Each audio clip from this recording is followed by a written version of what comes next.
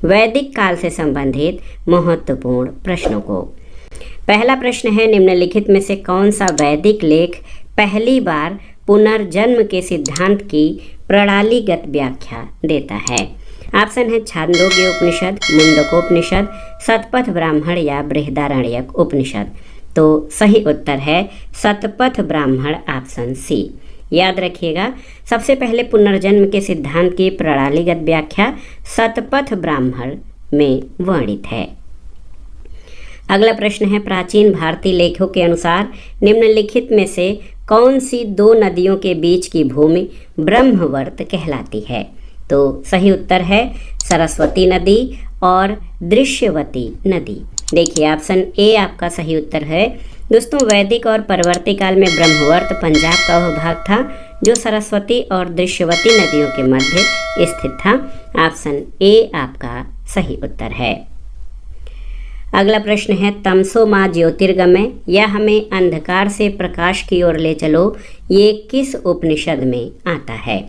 सही उत्तर है Brihadaranyaka Upanishad, option D. याद रखिएगा, तमसो माँ ज्योतिर्गमय कथन जो है ये बृहदारण्यक उपनिषद से लिया गया है। इस कथन का अर्थ है अंधकार से प्रकाश की ओर। अगला प्रश्न है, एक पुनर्विवाहित स्त्री के लिए प्रयुक्त पुनर्भू शब्द सबसे पहले किस ग्रंथ में दिखता है? ऑप्शन है ऋग्वेद, अथर्ववेद, बौधायन धर्मसूत्र या वशिष्ठ धर्मसूत्र। तो सही उत्तर अथर्ववेद में। पुनर्विवाहित स्त्री के लिए प्रयुक्त पुनर्भू शब्द का उल्लेख सबसे पहले अथर्ववेद में मिलता है। ऑप्शन बी आपका सही उत्तर है। अगले प्रश्न पर आते हैं, स्मृतिकारों ने किस विवाह को अत्यंत निषिद्ध कहा है?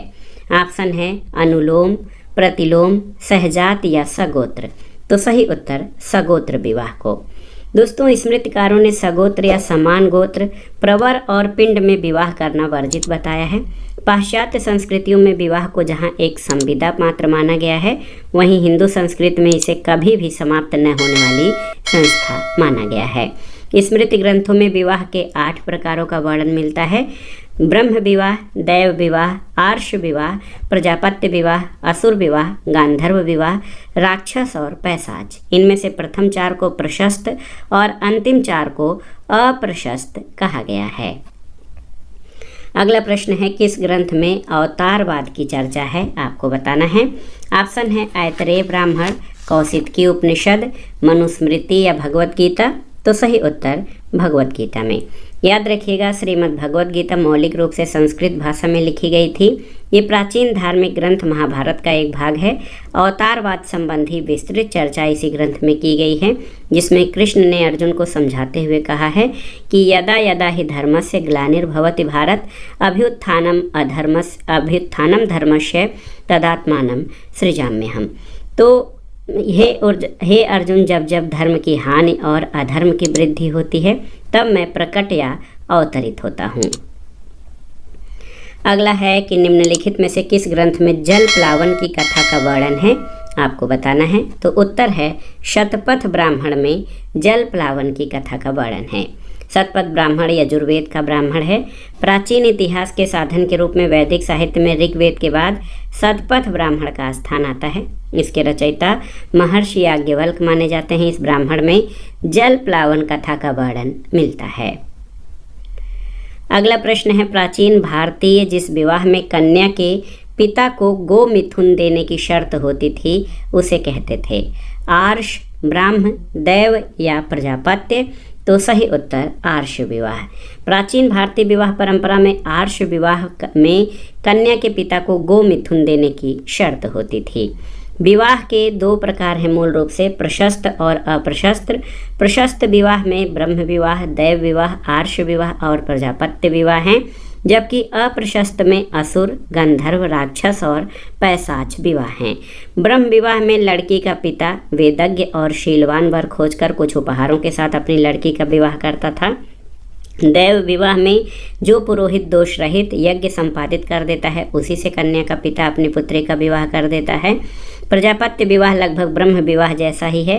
प्रजापत्य विवाह में पिता ये कहते हुए कन्यादान करता था कि जाओ दोनों मिलकर धार्मिक कृत्यों का निर्वहन करो। अगला प्रश्न है, निम्नलिखित में से किसे सर्वाधिक आदर्श विवाह माना गया है, आपको बताना है।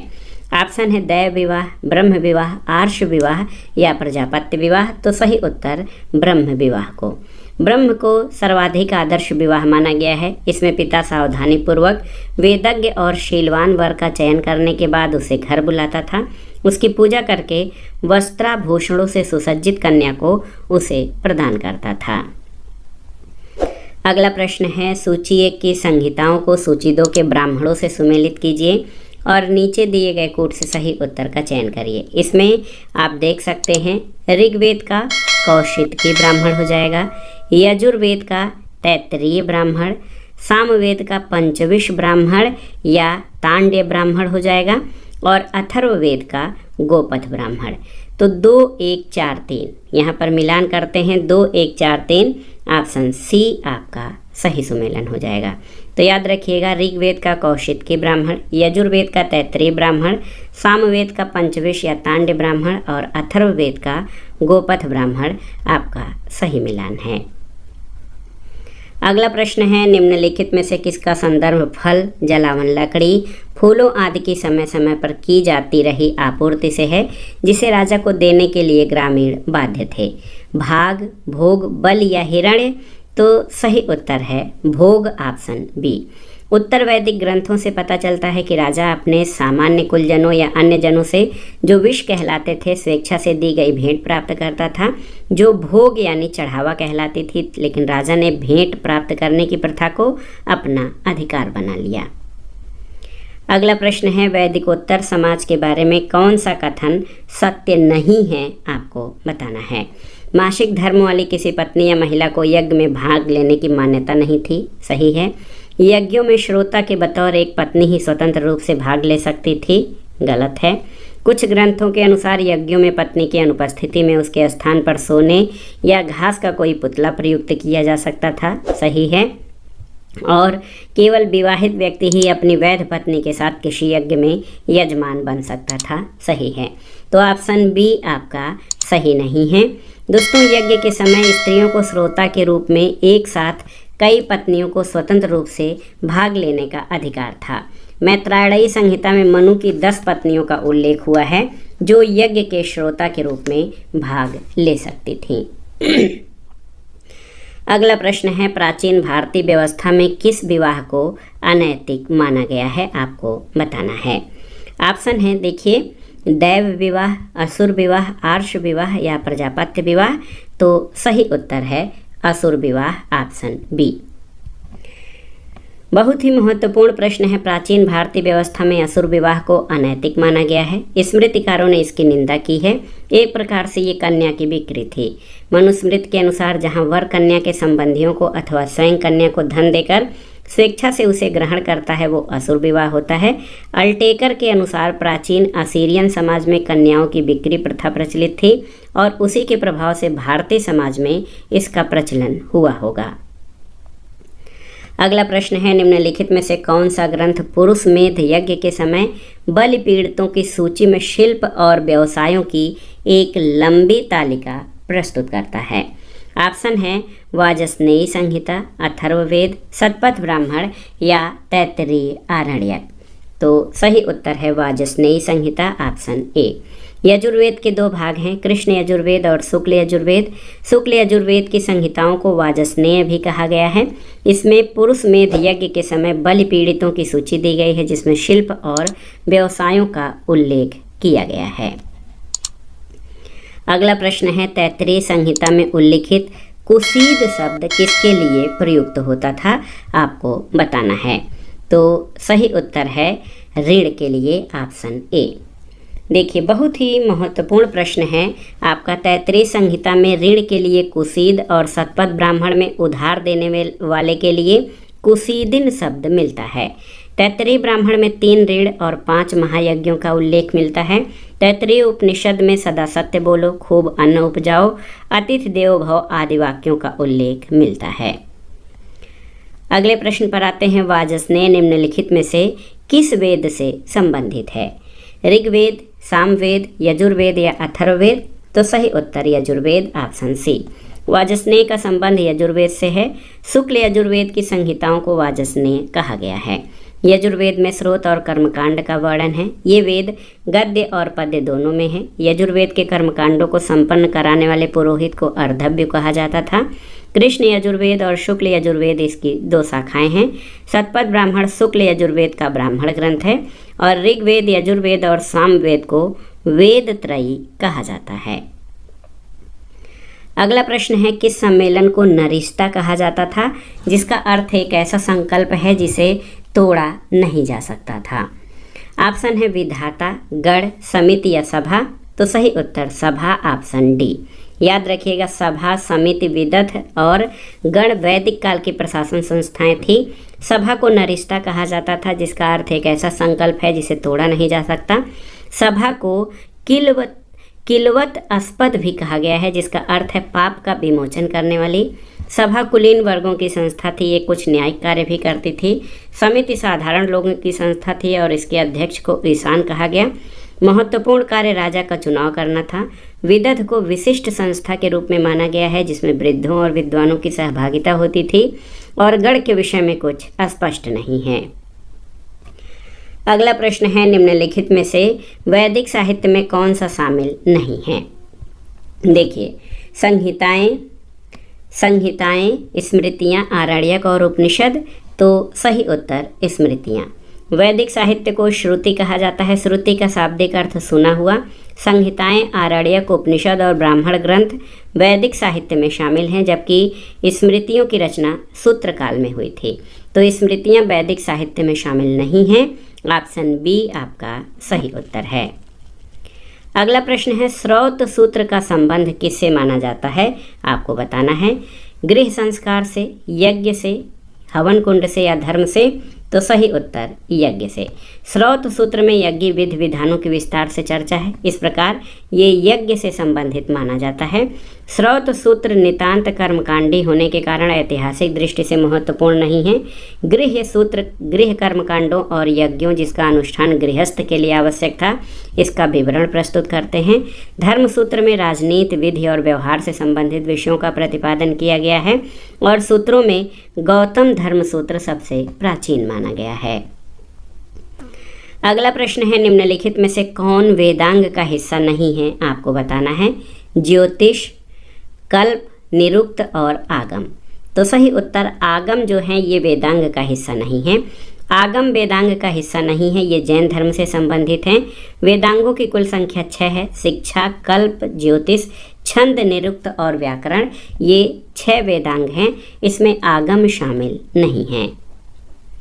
अगला प्रश्न है, वैदिक साहित्य के गद्य भाग के प्रत्येक अंग को क्या कहा जाता है।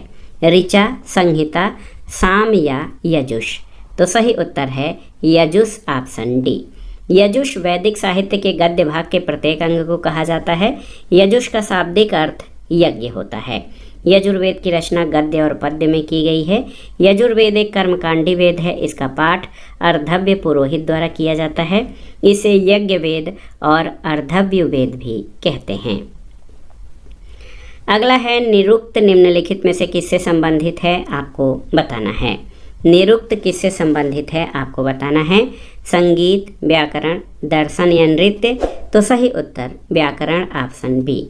निरुक्त का संबंध वैदिक शब्दों की व्युत्पत्ति या व्याकरण से है। निरुक्त 6 वेदांगों में से एक है। अन्य वेदांगों में शिक्षा, कल्प, व्याकरण, छंद और ज्योतिष है। वैदिक स्वरों के शुद्ध उच्चारण के लिए शिक्षा शास्त्र की रचना हुई। कल्प वेदांग में कर्मकांड या विधि के नियम हैं। व्याकरण का कार्य भाषा शैली को वैज्ञानिकता प्रदान करना है।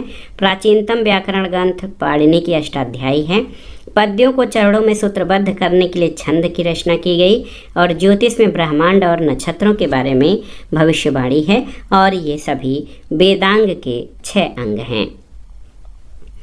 अगला प्रश्न है, वैदिक साहित्य का प्राचीनतम ग्रंथ कौन सा है। ऋग्वेद, उपनिषद, सूत्र या महाकाव्य। तो सही उत्तर ऋग्वेद। वैदिक साहित्य का प्राचीनतम ग्रंथ ऋग्वेद है। ऋग्वेद जिसमें कुल 10 मंडल हैं, 10 राग युद्ध का उल्लेख 7वें मंडल में है। प्रथम और 10वां मंडल नवीनतम है। ऋग्वेद का दूसरा और 7वां मंडल वंश मंडल, ऋषि मंडल कहलाते हैं। ऋग्वेद के तृतीय मंडल में आप जानते हैं गायत्री मंत्र का उल्लेख है, जिसकी रचना ऋषि विश्वामित्र ने की थी। गायत्री मंत्र सविता को संबोधित है और ऋग्वेद के पुरोहित को होर्त्री कहा जाता है। अगला प्रश्न है, ऋग्वैदिक काल में कोई नियमित भूमि कर नहीं था, इसका कारण क्या है? तो सही उत्तर है, राजा को भूमि का मालिक नहीं समझा जाता था। ऋग्वैदिक काल में कोई नियमित भूमि कर नहीं था क्योंकि राजा को भूमि का मालिक नहीं समझा जाता था। ऋग्वैदिक समाज जनजातीय और समतावादी समाज था। भूमि की संपत्ति के संचय के आधार पर सामाजिक विभाजन मौजूद नहीं था। अगला प्रश्न है, सूची 1 का सूची 2 से सुमेलन करिए और दिए गए कूट से सही उत्तर का चयन करिए। ऋग्वेद का ब्राह्मण ग्रंथ आपका ऐतरेय ब्राह्मण हो जाएगा, मिलान कर लीजिए। सामवेद का पंचविश ब्राह्मण, यजुर्वेद का शतपथ ब्राह्मण और अथर्ववेद का गोपथ ब्राह्मण। तो यहाँ पर 3, 4, 2 और 1। तो यहाँ पर 3, 4, 2 और 1 ऑप्शन सी आपका सही उत्तर हो जाएगा, ऑप्शन सी। बहुत ही महत्वपूर्ण प्रश्न है। आप देख सकते हैं दोस्तों कि ऋग्वेद का ब्राह्मण ग्रंथ ऐतरेय ब्राह्मण, सामवेद का पंचविश ब्राह्मण, यजुर्वेद का शतपथ और अथर्ववेद का गोपथ ब्राह्मण है। अगला प्रश्न है, सामवेद के संपूर्ण मौलिक मंत्रों की संख्या क्या है? 1028, 1820, 75 या 6000? तो सही उत्तर 75। दोस्तों यहाँ पर आप देख सकते हैं सामवेद के संपूर्ण मौलिक मंत्रों की संख्या 75 है। इस वेद में कुल 1875 ऋचाएँ हैं। इस वेद में यज्ञों के अवसर पर गाए जाने वाले मंत्रों का संग्रह है। सामवेद भारतीय संगीत का प्राचीनतम उपलब्ध ग्रंथ है। इसे भारतीय संगीत का जनक माना जाता है। सामवेद के तांड्य ब्राह्मण में सरस्वती नदी के प्रकट और विलुप्त होने का विवरण है। भगवद गीता में सामवेद को सबसे अच्छा वेद कहा गया है। भगवान कृष्ण ने स्वयं को वेदों में सामवेद कहा है और सामवेद मुख्यतः पूर्व आर्चिक तथा उत्तर आर्चिक खंडों में विभक्त है। सामवेद की 3 शाखाएं हैं, कौथुमीय, जैमिनी और राणायनीय। अगला प्रश्न बहुत ही महत्वपूर्ण है। ऋग्वेद में किस नदी को अम्बितमे, नबीतमे, नदीतमे और देवीतमे कहा गया है? तो सही उत्तर सरस्वती नदी। ऋग्वेद में सर्वाधिक पवित्र और सम्मानित नदी सरस्वती है। ऋग्वेद में सरस्वती को मातेतमा, देवीतमा और नदीतमा कहा गया है, यानी सबसे अच्छी माँ, सबसे अच्छी देवी और सबसे अच्छी नदी। अगला प्रश्न है, निम्नलिखित में से कौन सा एक कथन ऋग्वैदिक स्त्रियों के लिए असत्य है? यानी कौन सा कथन इसमें गलत है? ऑप्शन है, देखिए, कन्याओं को अपना पति चुनने की पूर्ण स्वतंत्रता थी, बिल्कुल सही है। ऋग्वैदिक युग में बाल विवाह प्रचलित नहीं था, सही है। ऋग्वैदिक युग में पर्दा प्रथा अस्तित्व में थी, गलत है। स्त्रियां यज्ञों और सभा समिति की बैठकों में भाग लेती थीं, सही है। तो यहाँ पर ऑप्शन सी जो है ये गलत है। ऋग्वैदिक युग में पर्दा प्रथा अस्तित्व में नहीं थी।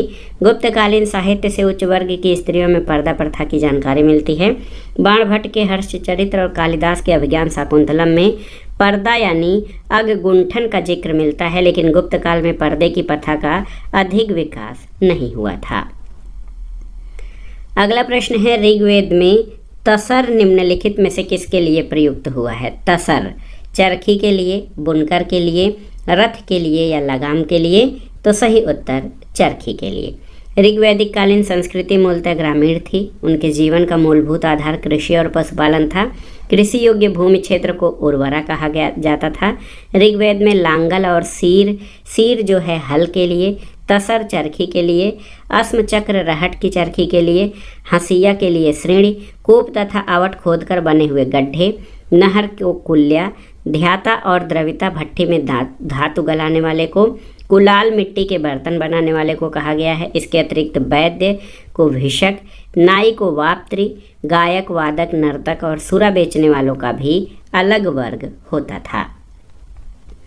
अगला प्रश्न है, निम्नलिखित में से किसे निरुक्त का प्रणेता कहा गया है? आपको बताना है। बादरायण, यास्क, पतंजलि या पाणिनि? तो सही उत्तर है किसको? आपको बताना है। सही उत्तर यास्क को। देखिए, ऋग्वेद, यजुर्वेद, सामवेद और अथर्ववेद वैदिक काल में रचे गए 4 प्रमुख ग्रंथ हैं। इन वेदों के 6 अंग बताए जाते हैं: शिक्षा, कल्प, निरुक्त, व्याकरण, छंद और ज्योतिष। तो निरुक्त के प्रणेता यास्क हैं। अगला प्रश्न है, सबसे पहले किसने सुझाव दिया कि संस्कृत, लैटिन और ग्रीक एक ही भाषा परिवार से संबंधित हैं? ऑप्शन है Charles Wilkins, V.A. Smith, F. Max Muller या विलियम जोन्स। तो सही उत्तर सर विलियम जोन्स। सबसे पहले सर विलियम जोन्स ने 1786 में अपने एक व्याख्यान में सुझाव दिया कि संस्कृत, लैटिन और ग्रीक एक ही भाषा परिवार से साम्यता रखती हैं। अगला प्रश्न है, नारायण के साथ विष्णु के तादात्म्य का प्राचीनतम उल्लेख प्राप्त होता है किससे? आपको बताना है। तैत्तिरीय आरण्यक से, महाभारत से, पतंजलि के महाभाष्य से या बौधायन धर्मसूत्र से? तो सही उत्तर तैत्तिरीय आरण्यक से। तैत्तिरीय आरण्यक यजुर्वेद से संबंधित आरण्यक है और मैत्रायणी आरण्यक की तैत्तिरीय और काठक शाखाओं का एक प्रतिनिधि ब्राह्मण है जिसे तैत्तिरीय आरण्यक कहा जाता है। सायणाचार्य के अनुसार तैत्तिरीय आरण्यक के रूप में प्रख्यात कृष्ण यजुर्वेद आरण्यक के दृष्टा ऋषि कठ हैं। तैत्तिरीयोपनिषद तैत्तिरीय आरण्यक में 10 प्रपाठक हैं जिससे नारायणीय कठ नारायण के साथ विष्णु के तादात्म्य का प्राचीनतम उल्लेख प्राप्त होता है। अगला प्रश्न है, उत्तर वैदिक काल में पालागल का तात्पर्य किससे था? आपको बताना है। महत्वपूर्ण प्रश्न है पालागल। रथ सेना नायक, संदेशवाहक, ग्राम का मुखिया या वित्त मंत्री? तो सही उत्तर संदेशवाहक, ऑप्शन बी। उत्तर वैदिक काल में रत्नियों की सूची में सबसे अंतिम नाम पालागल का होता था क्योंकि उनका नाम शतपथ ब्राह्मण में आया है जो उत्तर वैदिक काल के अंत की रचना है। पालागल एक स्थान से दूसरे स्थान तक संदेश ले जाने वाले दूत या संदेशवाहक का कार्य करता था। अगला प्रश्न है दोस्तों, सप्तपदी का सही अर्थ क्या है? आपको बताना है। 7 पग चलना, 7 प्रतिज्ञा या वचन निभाना, किसी भी व्यक्ति के साथ 7 पग चलना या उपर्युक्त में से कोई नहीं। तो सप्तपदी का सही अर्थ 7 प्रतिज्ञा या वचन निभाना। सप्तपदी हिंदू विवाह से संबंधित तथ्य है। इसमें वर उत्तर दिशा में कन्या को 7 मंत्रों के द्वारा सप्त मंडलिकाओं में 7 पदों तक साथ ले जाता है। जिस विवाह में सप्तपदी होती है वो वैदिक विवाह कहलाता है। सप्तपदी के बाद कन्या को वर के वाम यानी बाएं भाग में बैठाया जाता है। अगला प्रश्न और आज के वीडियो का आखिरी प्रश्न है, सबसे पहले किस ग्रंथ में हिरण्यकार शब्द मिलता है? आपको बताना है। ऋग्वेद, सामवेद, यजुर्वेद या अथर्ववेद में? तो सही उत्तर यजुर्वेद में। सबसे पहले यजुर्वेद में हिरण्यकार शब्द मिलता है। आर्यों का प्रारंभिक जीवन अस्थायी नहीं था, इस कारण कर का बहुत महत्व नहीं था। लोग स्वेच्छा से राजा को बल या कर देते थे, लेकिन उत्तर वैदिक काल में इनका जीवन अस्थायी होने लगा और कर को नियमित किया गया। भाग, भोग, हिरण्यकार जैसे शब्द मिलते हैं। भागदुक कर संग्रह करने वाला अधिकारी होता था। तो दोस्तों ये था आज का वीडियो आपको कैसा लगा हमें कमेंट बॉक्स में ज़रूर बताइएगा। वीडियो को लाइक करें, शेयर करें। वीडियो देखने के लिए धन्यवाद दोस्तों, नमस्कार।